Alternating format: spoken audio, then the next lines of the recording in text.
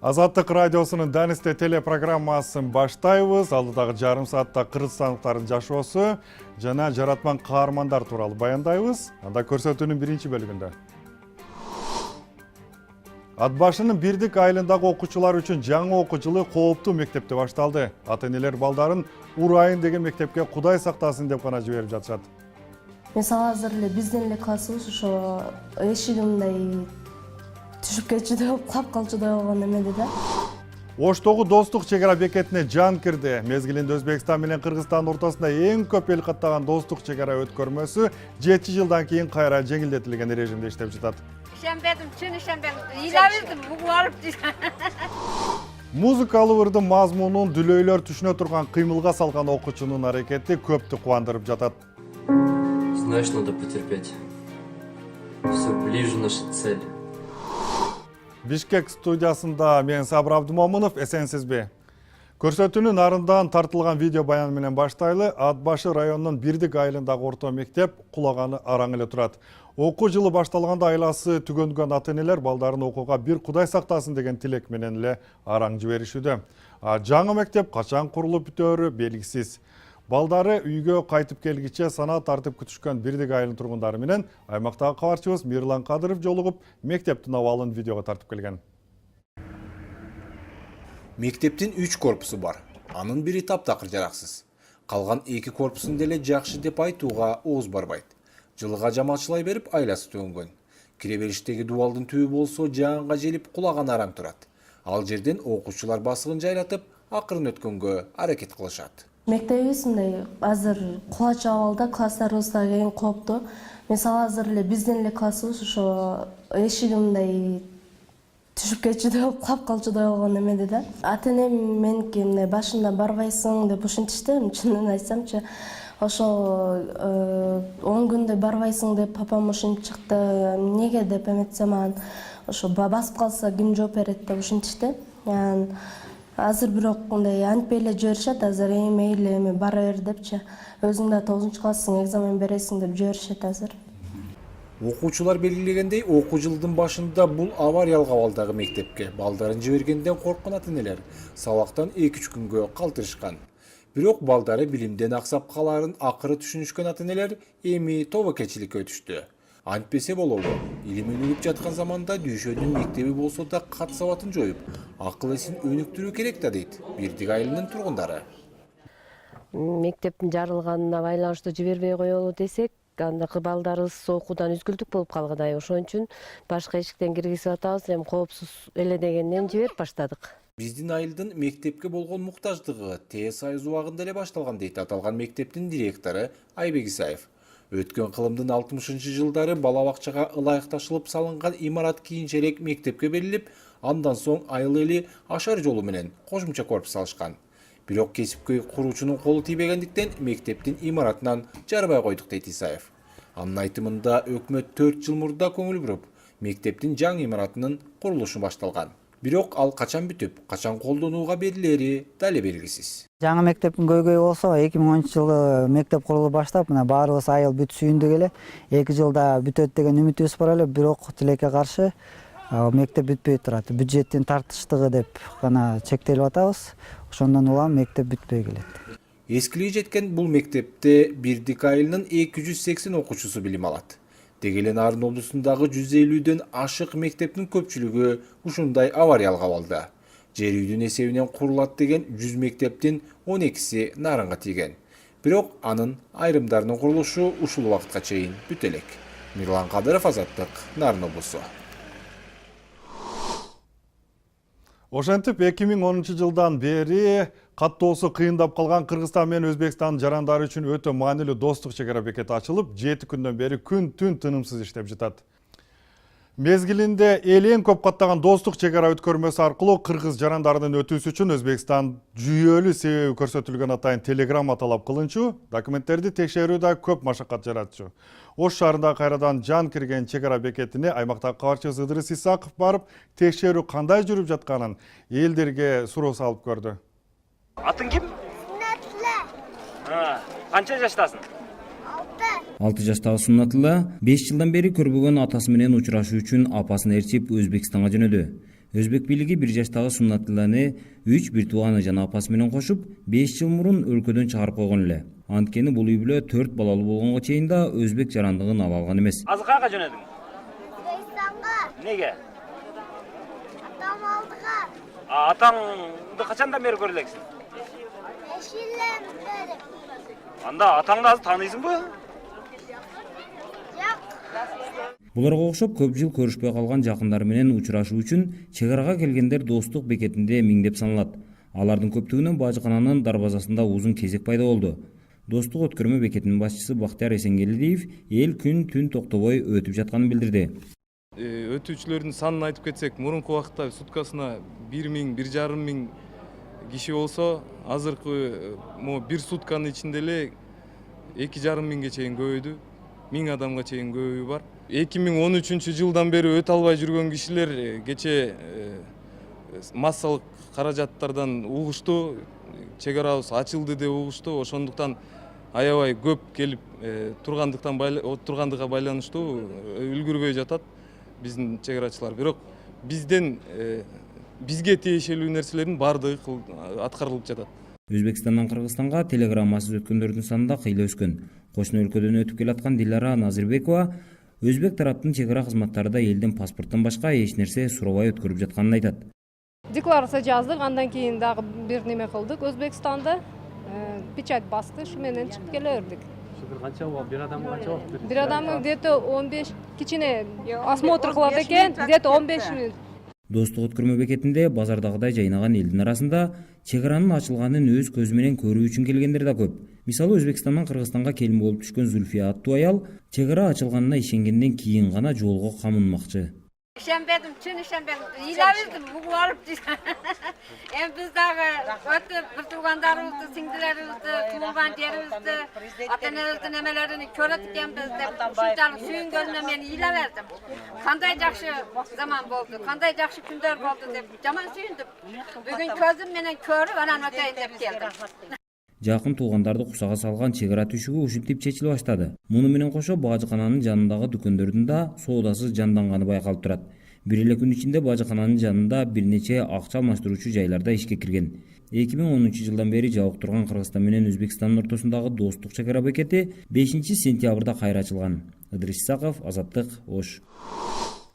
Сонун кийинки видео баян кулагы укпаган мекендештерге кызыктуу болушу мүмкүн. Бишкектин мектеп окуучусу Садык Казиев өзүнө жаккан ырларды дүлөөлөр түшүнө турган кол кыймылга салып, аны видеого тартып туруп өзүнүн Instagramдагы баракчасына жүктөп турат экен. Ырлардын маани, маңызы, эмоцияларын дүлөөлөргө жеткирип, ырахат тартуулоону максат кылган жаш жаратман Садык тууралуу кийинки сюжеттен чогуу көрөлү. Знаешь, надо потерпеть. Все ближе наша цель. Бишкектик окуучу Садык Казиев өзү жактырган популярдуу ырларды колу менен жаңсап, кээде өзү кошулуп ырдап, аны видеого тартып Instagram баракчасына жүктөй баштаганда алгач түшүнбөй суроо узаткандар көп болгон экен. Были как и хорошие, так и плохие комментарии. Жакшыда, жаманда комментарийлер болуп жатты. Кээ бирлер менин улам колумду кыймылдатканымды көрүп, акылдан азган деп да ойлоп калгандар болду. Те, кто не понимали, что я делал. Садык бул видеолор соц тармактагы кулагы укпагандар үчүн жардам деп түшүндүрмө жазган соң колдоп чыккандар көбөйгөн. Жаш меломан эң жагымдуу жагдай деп анын максаттуу окурмандарынан ыраазычылык түшө баштаганын айтат. В течение этой недели мне начали писать как и дети, так и взрослые. Бир жумада мага дүлөй өспүрүмдөр да, чоң адамдар да жаза баштады. Аларга бул идея аябай жагыптыр. Алар бул видеолор мотивация болоорун билдирип жатышты. Менин максатым жоң гана кулагы укпагандарга ырлардын текстин, маани маңызын, эмоциясын түшүндүрүп берүү болгон. Я хотел просто объяснить смысл песни. Жаңсап түшүндүрүүнү Садыкка анын дүлөй ата энеси үйрөтүптүр. Ал өз угуусу жакшы болуп төрөлгөн. Кенедейинен эле ал үй бүлөнүн кулагы болуп чоңойгон экен. Как я освоил язык жестов, родители меня начали забирать по делам. Мен жаңсап сүйлөөнү өздөштүргөн күндөн баштап ата энемдин күндөлүк иштеринде котормочуга айлангам. Бул мага чоң тажрыйба болду. 10 жашка чыкканымда мен сурда котормону мыкты өздөштүрүп калгам. И вот, и уже к 8, наверное, к 10 годам уже в совершенстве уже мог общаться. Эң башкысы ырдын маанайын так жеткирүү. Себеби ырдын текстин окуганда тигилже бул ыр кандай темпте, маанайда аткарылып жатканын билүүгө болбойт. Ал эми кол менен жаңсагылоодо дал ошол темпти сезсе болот, дейт жаш меломан.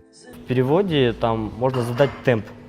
Которма аркылуу темпти билдирсе болот. Эмоцияны да көрүүгө болот. Эгер ыр тез ырдалса, котормодо да тез болот. А кайырмасына жеткенде акырын ырдын өзүндө кандай болсо, ошондой өтөсүң. Быстро, а потом момент, где идет припев.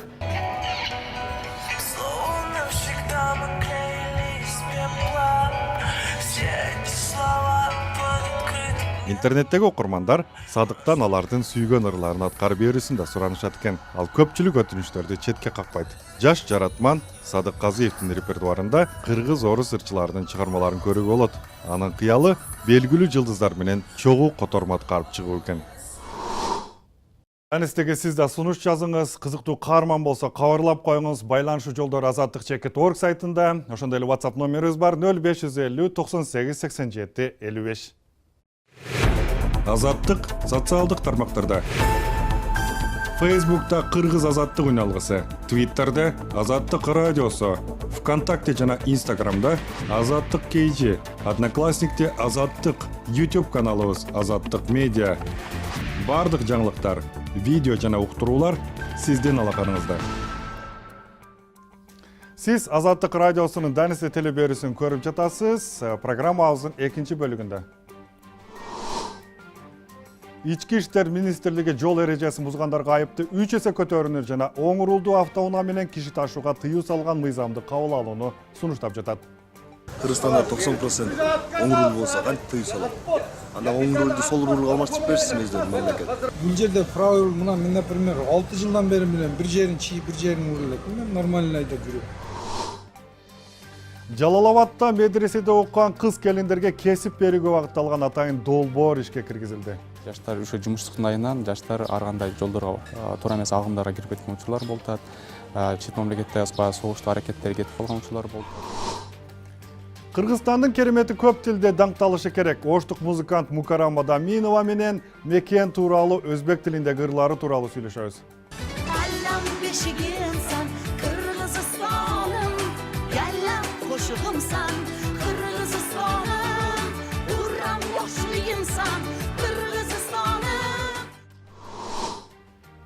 Берүүнү болсо авто сүйүүчүлөр жана такси айдоочуларды кызыктырган тема менен улантайын. Ички иштер министрлиги жол эрежесин бузгандарга айып болду 3 эсе көтөрүү үчүн жана оң рулдуу машиналар менен кызмат көрсөтүүгө тыюу салуу мыйзамын кабыл алууну сунуштап жатат.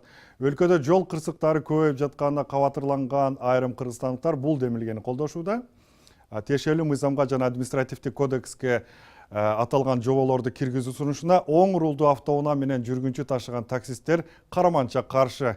Теманы кабарчыбыз Самат Жумакадыров улантат. Ички иштер министрлигинин патрулдук милиция башкармалыгы автомобиль жолдору жөнүндө мыйзамга жана административдик жоопкерчилик жөнүндө кодекске өзгөртүүлөрдү киргизүү аркылуу жол эрежесине айыппулду жоңгурулатып жатат. Долбоордо мас абалында руль башкаргандарга 30 000 сом айып салынып, 2 жылга айдоочу күбөлүнөн ажыратуу каралууда. Ал эми ылдамдыкты сүйгөн айдоочулар 8 000 сомго чейин айып төлөп калат. Эми биз башка мамлекеттердин баарынан бир сыра карап чыктык. Алардын ошол жол эрежесин бузгандарга тарабына айдырада карата айып пулдардын өлчөмүн карадык. Айлык акыларын карап чыктык. Анан кийин айыл жергесинде жашаган биздин жарандарды, элибизди Бишкек шаарында мисалы үчүн столицада жашаган элдин шарттарын карап, ошолордун баарын караптык, анан бир средний эмесин алдык да, балансын алдык. Айтор жол эрежесин бузгандарга эң минималдуу айып 500 сомдон башталмакчы. Правиланы билбегендер кыйын болуп айдаганда жаңы машиналар тээ. Штрафты бир аз көбөйтсө, нарушение да аз болмок да. Мас болуп, ишпеш керек, туура. Мас может азаят. Правильно делают, потому что сколько людей гибнет из-за нарушений правил. Мыйзамдагы өзгөрүүлөр мынтип коомчулукка да, милицияга дагы жагып жаткан менен оң рулдуу автоунаага байланыштуу кирип жаткан жаңы жобо талаш жаратчудай. Тагыраагы автомобиль жолдору жөнүндө мыйзамдын 230-беренесине оң рулдуу унааларды коммерциялык багытта колдонууга тыюу салынып жатат. Башкача айтканда, келе жаткан жылдан баштап оң рулдуу унаа менен такси кызматында иштегендер айып пул гана төлөбөстөн айдоочу күбөлүгүнөн жарым жылга чейин ажырап калышы мүмкүн. Өзүктүр депутаттар баягы 2020 жылга чейин отсрочка кылбады беле. Бирок азыркы талап, азыркы жол болуп аткан жол кырсыгынтарынын айынан биз айла жоктон ошону кайта жылдырайтып атабыз 2018 жылга чейин. Себеп деген 2020 жылда канча киши өлөт? мына 6 айды 2017 жылда эгер алып келсек жалпы катталган жол кырсыгында 32,12% оң жак руль менен качкан транспорттор болот. Бул 836дан ашык болот. 91 киши кайтыш болот. Ал эми мындай кабарды уккан оң рулдуу унаа таксисттери нааразы боло башташыптыр. Такыр каршыбыз. Оң рулдуу машиналар биздин Кыргызстанга киргенден бери Кыргызстандын машинасы автопарк вообще обновился dedi жаңы. Булар жаңы машиналар, соответственно, безопасности намного лучше. Элдин баары ошол машиналарды алып алган. Кайсы жака өтүп керек, кайсы жака алып барат. Бар жок нерсе арзанчылык, даже жол киреде арзан болуп атса, анан чет адам алып алып ошол машина менен жан сактап атпайбы? 2020 жылга деп постановление болгондо постановление бар да, эмне өздөрүнчө өзгөртөбүз. Кыргызстанда 90% оң руль болсо кантип тыюу салат. Анда оң рульду сол рульга алмаштырып берсин өздөрү мамлекет. Бул жерде правый руль мына мен, например, 6 жылдан бери билем, бир жерин чийип, бир жерин урлап. Мен нормально айдап жүрөм. Ошо каттап эле жүрөм. Бул просто шофёрдун өзүнөн зависит этет. Правиланы билиш керек, кайсы жерде кандай айдаш керек. Сунушталып жаткан мыйзам долбоордо оң рулдуу автоунаасы бар жай тургундардын каттамына эч ким тыюу салбайт. Бирок такси кызматында иштегендер унааны алмаштырып же рулду оңдон солго ыргытышы керек. Бул мыйзам туура келечекке, бирок азыркы учурда шарттар жок да буну ишке ашырганычы. Анткени биринчиден 20-жылга чейин узартышкан, анткени машина жок азыр. Анан бунун эң биринчи себебин киргизген себебин айтканын себебин айтышат. Авария көп болуп атат оң машиналар менен депчи. Бирок биз таксиден иштеп жүргөндөн көрүп атабыз, азыркыдан оң руль эмес, биринчиден машиналардын эскиргени проблема болот. Ички иштер министрлиги оң рулдуу автоунааларды коммерциялык багыттан четтетип, жол кырсыгын азайтуу таза коом долбоорунун алкагында аткарыла турган негизги милдеттерден деп, мыйзам кабыл алынбаса, долбоор илгери жылары күмөн экенин эскертүүдө. Өкмөт бул мыйзамдын жыл этегине чейин кабыл алынып, ишке киришине кызыктар болуп жатат. Эми Жалал абадтан келген видеого назар бурсак, Жалал абадта медреседе окуган кыз келиндерге кесип берүүгө багытталган атайын долбоор ишке киргизилди. Эми медреселерде окуган кыздар дин жаатында эле билим албастан ашпозчулук кесипке да ээ болушат экен. АКШ элчилигинин колдоосу менен ишке ашып жаткан бул долбоордун алкагында мындай окутуулар Ош жана Баткен облустарында дагы кыздар медреселеринин окуучулары үчүн да жүргүзүлмөкчү. Жалал абадтагы диндар кыздардын ашпозчулук тажрыйба алуусуна кабарчыбыз Руслан Калматов байкоо салып келген. Мафтуна Буханиддин кызы Сузак районундагы Имам Азам кыздар медресесинин окуучусу. Ал медреседе диний билим менен катар ашпозчулукту үйрөнгүсү келип жатат. Европейский там акаттарды жана казахский, китайский таамдарды өргөндүк. Биз bundan аябай кубанып жатабыз. Бул жерде аябай көп кыздар, медресенин кыздары үйрөнүп жатат. Биз билбеген нерселерибизди да үйрөндүк. Медреседе эки тайпада окуган 40-ка жакын кыз келин ашпозчулук адис алышты. Алар жыйынтыктоочу сынак тапшырышкандан кийин адистигин аныктаган документке ээ болушат. Биз деген августтун биринен баштаганбыз бул долбоорду. 38 сааттын модулдук бөлүктөрүнүн бардыгын окутуп бүттүк. Сабагыбыз 25 күнгө созулду. Ар бир күндө 6 сааттан бөлүндү. Ошол 6 саатта биз деген тамактардан, салаттардан, кондитерскийден үйрөттүк. Жалпы жолунан биз 100дөй тамак, салат эмелерди үйрөттүк деп. Хамырды отти сугайлы хамыр кылынады, кайласы. Медреседе окуган жаштарды кесипке окутуу долбоорун АВЭП коомдук фонду ишке ашырып жатат. Медреселерге окутууга керектелүүчү техникалык каражаттар долбоордун алкагында алынып берилген. Долбоор 2018 жылдын аягына чейин созулат. Анын жетекчилиги бул аралыкта диний билимдүү жаштардын көбү кесиптик тажрыйбага ээ болот. Андан кийин окуу жайлар самалыкты улантса болот деп үмүттөнүп турушат. Медресе жаштарына буга чейин жалгыз гана диний билим берилип келген. Ал диний билимди алгандан кийин булар дипломго ээ болот дагы. Ошол диплом менен башка жумуш издеп, мындай өзүлөрүнүн кирешесин камсыздап ала турган шарттар болгон эмес да. Анан эми бүгүнкү күндө ушундай шарттар түзүлүп атат. Азыр диний билим менен катар эле ушул кесиптик шыктарды үйрөтүү биздин негизги максатыбыз. Ушул долбоорду кийин улап кетем деген үмүттөр болуш керек да. Анткени биздин долбоордун эң негизги максаты долбоорду туруктуу кылуу. Биз ушул жабдууларды эле алып берип, мына бүгүн 1,5 айдан кийин окуп бүткөндөн кийин эле булар таштап койбой, долбоор 1 жыл болсо долбоор бүткөндөн кийин ошол долбоорду булар өз алдынча улап кетиш керек да. Максат ушул. Кыргызстанда диний билим берген 90 чукул медресе бар жана аларда 6000ден ашык адам окуйт. Окуу жайлардын 30га жакыны түштүк аймакта жайгашкан. Долбоор аркылуу Ош, Баткен, Жалал Абад облусундагы медреселерде 200ден ашык бала кесип алып жатышат. Бир тараптуу гана адам болуп калса, эгер бүтүрүүчүлөрдө баягындай жаштар ушо жумуштук ыңайынан жаштар ар кандай жолдорго туура эмес агымдарга кирип кеткен учурлар болуп атат. Чет мамлекетте баягы согуштуу аракеттер кетип калган учурлар болуп атат. Мына ушул нерсени дагы жоюу же болбосо алдын алуу максатында мына ушундай проектлерди кесиптик бир долбоорду ишке ашырып, бүтүрүүчүлөр бир кесипке ээ болуп калсын деген максатта. Ал эми бул бүгүнкү күндө басым жасалган, бул кыздарга өзгөчө. Анткени кыздар көбүнчө окуу жайды бүткөндөн кийин жумушсуз болуп үйдө эле гана отуруп калып атат. Мына ошону окуу жайды бүткөндөн кийин ашканаларда, кафелерде же үйүндө ушу таам берип, өзүнө баягы каражат табуу максатында да ушул окутулуп атат кыздар боюнча. АКШ элчилигинин 2 жылдык долбоорунун алкагында түштүктөгү 6 медреседеги жаштарды кесипке үйрөтүү үчүн 200 000 АКШ доллары бөлүнгөн. Былтыр ушул долбоордун негизинде Чүй облусундагы 300гө жакын медресе окуучулары кесипке үйрөтүлүп, алардын 65% жумуш менен камсыз болгон. Руслан Калматов, Азаттык, Жалал Абад облусу. Эми Данистенин коногуна кезек берели. Бул жолу студиябызга Оштогу Петр Чайковский атындагы искусство мектебинин директору, музыкант Мукарам Мадаминованы чакырдык. Анын өзбек тилинде өзү жараткан Кыргызстаным аттуу ырына тартылган музыкалык жаңы тасмасы коомчулукта кыйла алкоого алынды. Ал видеоклип интернетте көп көрүлүп, коомдук телеканалдарда да көрсөтүлө баштады. Мукарам Мадаминова Азаттыкка курган маегинде Кыргызстандын кереметин даңктаган ырлар көп тилде жаңырыш керектигин баса белгиледи. Анда азыр ошол маекти чогуу көрөлү. Кош келипсиз биздин студияга. Биринчиден чоң рахмат чакырганыңар үчүн. Сизге чоң рахмат. Мен абдан сүйүнүп, толкундап турам. Мукарам айым, ошол сиздин Кыргызстаным деген видеоклибиңиз аябагандай көп көрүлүптүр интернетте, социалдык тармактарда. Ушул ыр кандай жаралды? Чоң рахмат.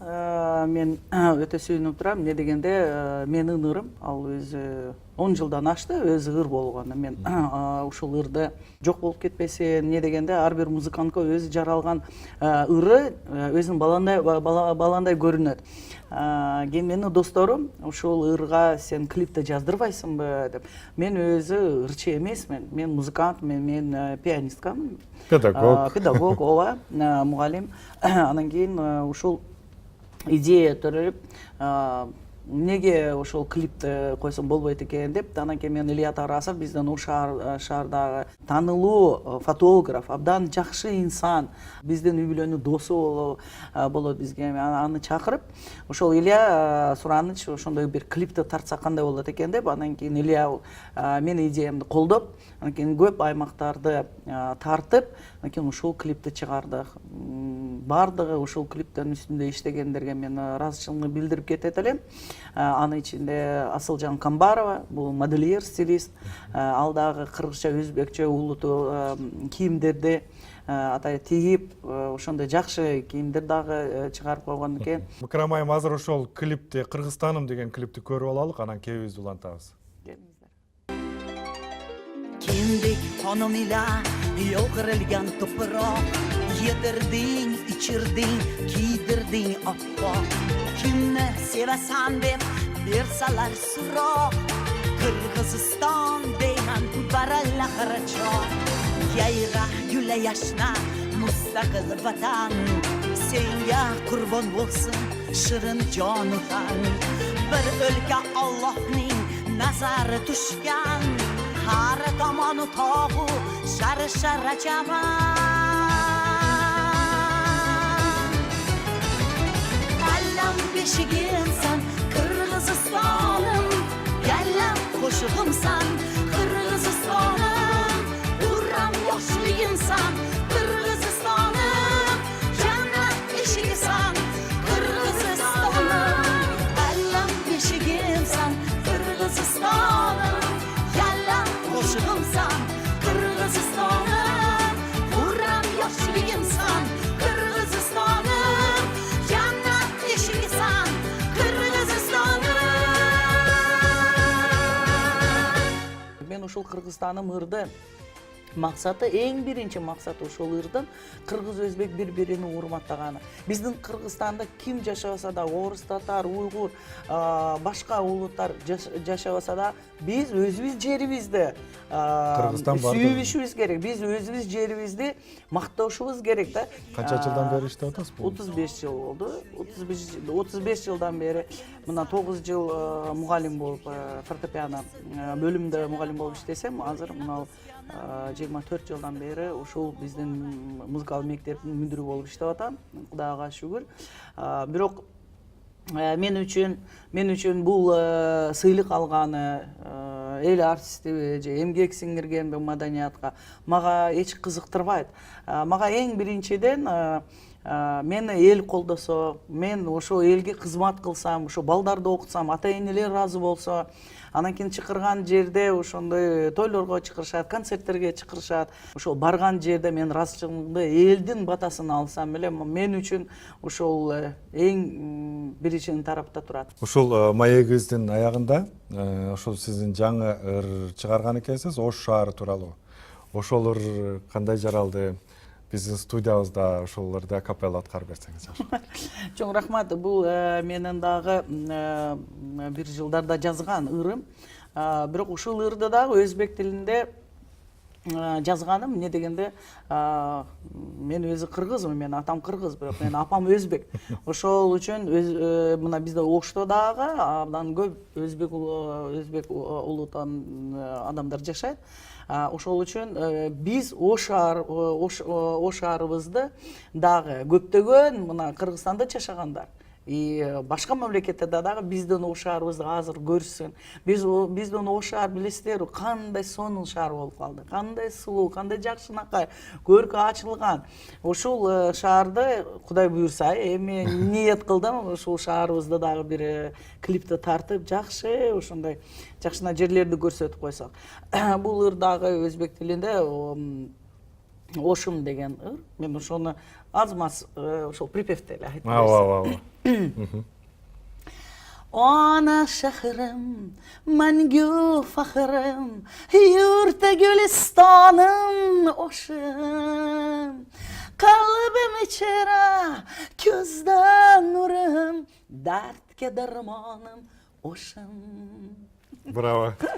Чоң рахмат сизге. Айтмакчы, анонс катары айта кетейин, жакында Данистен атайын чыгарылышында Жети Өгүз районуна караштуу Кыргыз-Кытай чекарасында жайгашкан Ак Шыйрак айылынын жашоосу тууралуу баяндап беребиз. Деңиз деңгээлинен 3000 метрден жогору бийиктикте жайгашкан Ак Шыйрак айылында катаал шартка карабай тиричилик жүргүзүп келген бир уч элдин турмушун Азаттыктын кабарчылары видеого тартып келген. Чек арада чеп болуп жашаган тоолуктар тууралуу кийинки шейшембиде атайын чыгарылышты сунуштайбыз.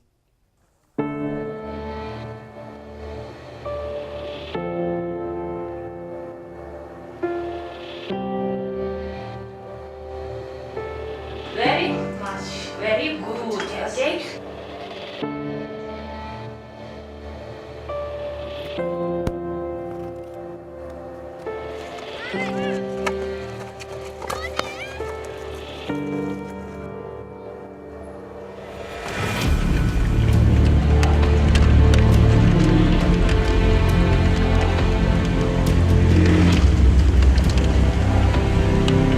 Мындан ары 40-30 чакырым алыстыкта Кытайдын чек арасы.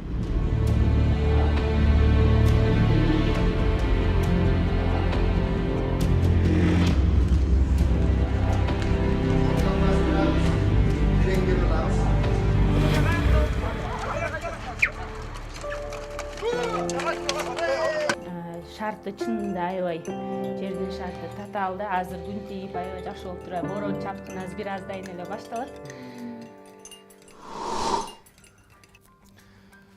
Кызыктуу видеолор болсо бизге сунуштап турууну унутпаңыз. WhatsApp номерибиз 0550 98 87 55. Ушуну менен Данистенин кезектеги чыгарылышын жыйынтыктайбыз. Бардык видеотекабыз Азаттык.org сайтында, YouTube'да. Эсен туруңуздар.